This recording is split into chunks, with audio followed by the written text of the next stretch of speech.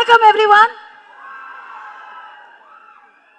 First, மனம் நிறைந்த நன்றிகள், ஹார்ட்ஃபெல் தேங்க்ஸ். இந்த படத்தில் எனக்கு ஆப்பர்ச்சுனிட்டி கொடுத்த முதலாளி ஆர்யா அவர்களே, சின்ன முதலாளி கிஷோர் அவர்களே, ரெண்டு பேருக்கும் ரியலி ஹார்ட்ஃபெல் தேங்க்ஸ். படத்தில் மட்டும் இல்லாமல் எனக்கு இந்த படம் ஷூட்டிங் போது நிறைய பிரச்சனையெல்லாம் வந்தது. அந்த பிரச்சனையும் போது கூட ஆர்யா அவர்களுடைய சிரிப்பு இருக்குல்ல, அங்கே பாருங்களேன், அவர் சிரிச்சிட்டு இருக்காரு பாருங்களேன், அதே மாதிரி சிரிச்சுட்டே தான் அதையும் ஹேண்டில் பண்ணார். So your strength was my strength. Thank you so much.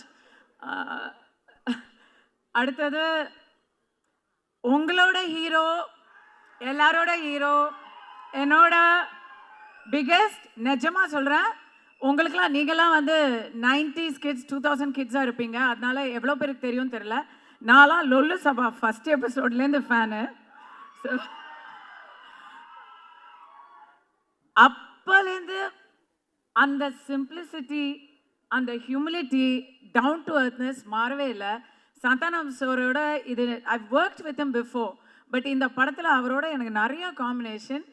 அதில் நான் நான் உங்களுக்கு நிஜமாக ஷேர் பண்ணணும்னு நினைக்கிறது, பயங்கர ஹார்ட் ஒர்க்குங்க. அந்த மனுஷன் எப்போ தூங்கினாரு, எப்போ எந்திரிச்சாருன்னு எனக்கு தெரியல. ஏன்னா நைட் அண்ட் டே நாங்கள் ஷூட்டிங் வரும்போது அவர் ஏற்கனவே வந்து ஸ்டண்ட் சீக்வன்ஸ் பாதி பண்ணிட்டு இருப்பார். நாங்கள் முடிச்சு எங்கள் காம்பினேஷன் முடிச்சு போகும்போது அவர் இன்னும் அதுக்கப்புறம் எடுத்துகிட்டே இருப்பார். இந்த இடத்துல எனக்கு வந்து டைரக்டர் பிரேமானந்த பாராட்டுறதா இல்லை சந்தானத்தை வந்து வியக்கிறதா அப்படின்னு தெரியல. ஸோ ரியல் லைஃப் ஹீரோ அவர்.